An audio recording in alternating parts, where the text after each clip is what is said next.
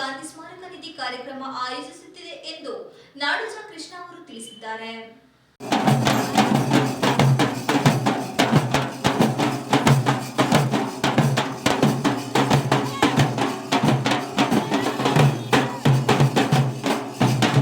ಭಾನುವಾರ ಗೊರೂರು ಗ್ರಾಮದಲ್ಲಿ ಅರಕಲಗೂಡು ತಾಲೂಕು ಚುಟುಕು ಸಾಹಿತ್ಯ ಪರಿಷತ್ತು, ಕರ್ನಾಟಕ ಗಾಂಧಿ ಸ್ಮಾರಕ ನಿಧಿ ಬೆಂಗಳೂರು, ರಾಷ್ಟ್ರೀಯ ಸೇವಾ ಯೋಜನೆ, ಯುವಜನ ಸೇವೆ ಮತ್ತು ಕ್ರೀಡಾ ಇಲಾಖೆ ಸಹಯೋಗದಲ್ಲಿ ನಡೆದ ಗೊರೂರು ರಾಮಸ್ವಾಮಿ ಅಯ್ಯಂಗಾರ್ ಅವರ 120ನೇ ಜನ್ಮ ಜಯಂತ್ಯೋತ್ಸವ ಕಾರ್ಯಕ್ರಮವನ್ನು ಉದ್ಘಾಟಿಸಿ ಮಾತನಾಡಿದರು.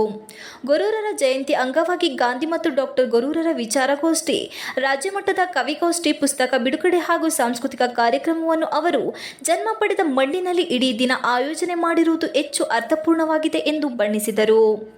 ಈ ದೇಶದಲ್ಲಿ ಸಾಮಾನ್ಯರಿಗೆ ಅತಿ ಹೆಚ್ಚು ಗೌರವ ತಂದುಕೊಟ್ಟಿರುವ ವ್ಯಕ್ತಿ ಎಂದರೆ ಅದು ಗಾಂಧೀಜಿಯವರು. ಅವರ ಸೊಗಡಿನಲ್ಲಿ ವಿಚಾರವಂತಿಕೆಯನ್ನು ಸಮಾಜಕ್ಕೆ ಕೊಟ್ಟವರು ಗೊರೂರರು. ಗಾಂಧೀಜಿಯವರಿಂದ ಪರಿಣಿತರಾದ ರಾಮಸ್ವಾಮಿ ಅಯ್ಯಂಗಾರ್ ಅವರು ಇಡೀ ನಾಡಿಗೆ ಪರಿಚಯಿಸುವ ಕಾರ್ಯಗಳು ಹೆಚ್ಚು ನಡೆಯಬೇಕಿದೆ ಎಂದು ಹೇಳಿದರು. ಸಾರ್ವಜನಿಕ ಜೀವನದಲ್ಲಿ ಗಾಂಧಿಯವರು ಎಷ್ಟು ಪ್ರಭಾವ ಬೀರುತ್ತಿದ್ದಾರೋ ಅದೇ ರೀತಿ ರಾಮಸ್ವಾಮಿ ಅಯ್ಯಂಗಾರ ಚಿಂತನೆ, ಬರವಣಿಗೆ ಪ್ರಭಾವಿತವಾಗಿವೆ. ಇಂದಿನ ಕಾಲಘಟ್ಟದಲ್ಲಿ ಗಾಂಧಿ ಮತ್ತು ರಾಮಸ್ವಾಮಿ ಅವರ ಪ್ರೇರಣೆ ಅತ್ಯವಶ್ಯಕವಾಗಿದೆ. ಈ ದೇಶಕ್ಕಾಗಿ ತಮ್ಮ ಮಗನನ್ನೇ ಬಲಿಕೊಟ್ಟ ಗೊರೂರರು ಅಪ್ರತಿಮ ದೇಶ ಪ್ರೇಮಿಯಾಗಿದ್ದಾರೆ.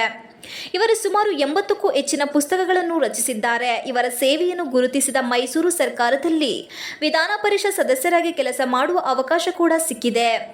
ಏಕೀಕರಣದಲ್ಲಿಯೂ ಇವರ ಕೊಡುಗೆ ಅಪಾರವಾಗಿದೆ. ಅವರ ಕಾದಂಬರಿಗಳು ಅನೇಕ ಚಲನಚಿತ್ರಗಳಾಗಿ ಜನರ ಮುಂದೆ ಪ್ರದರ್ಶನಗೊಂಡಿವೆ. ವಿಶೇಷವಾಗಿ ಅಮೆರಿಕದಲ್ಲಿ ಗೊರೂರರು ಕೃತಿ ಈ ಮಣ್ಣಿನ ಸೊಬಗನ್ನು ವಿಶ್ವಮಟ್ಟದಲ್ಲಿ ಪಸರಿಸಿದೆ. ಗಾಂಧೀಜಿಯವರ ಜೀವನ ಚರಿತೆಯನ್ನು ಕನ್ನಡಕ್ಕೆ ಅನುವಾದ ಮಾಡಿರುವ ಕೃತಿಗಳು ಲಕ್ಷಗಟ್ಟಲೆ ಮಾರಾಟವಾಗಿದೆ. ಇದು ಬಹುತೇಕ ವಿಶ್ವಮಟ್ಟದಲ್ಲಿ ಸಾಧನೆಯಾಗಿದೆ. ಜಾತಿ ಧರ್ಮಗಳನ್ನು ಮೀರಿ ಹಿಂದೂ ಮುಸ್ಲಿಂ ಐಕ್ಯತೆಗಾಗಿ ಶ್ರಮಿಸಿದ್ದಾರೆ ಎಂದು ತಿಳಿಸಿದರು.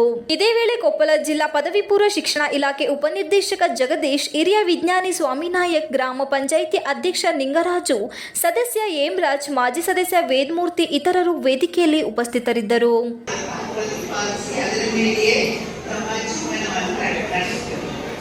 ಅವರು ಹೇಳಿದರು, ನನಗೆ ಗಾಂಧೀಜಿಯ ಅವರ ಜ್ಯೋತಿ ನನ್ನ ಹೃದಯದಲ್ಲಿ ಕೂತ್ಬಿಟ್ಟಿದೆ ಅಂತ ಹೇಳಿದರು.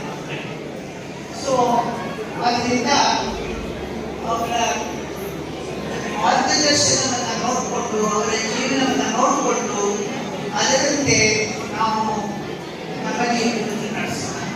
ಸ್ವಲ್ಪ ಉನ್ನತ ಇದಕ್ಕೆ ತಗೊಂಡು ಬಂದು ನಮ್ಮ ಜೀವನದಲ್ಲಿ ಎತ್ತರವಾದ ಧ್ಯೇಯ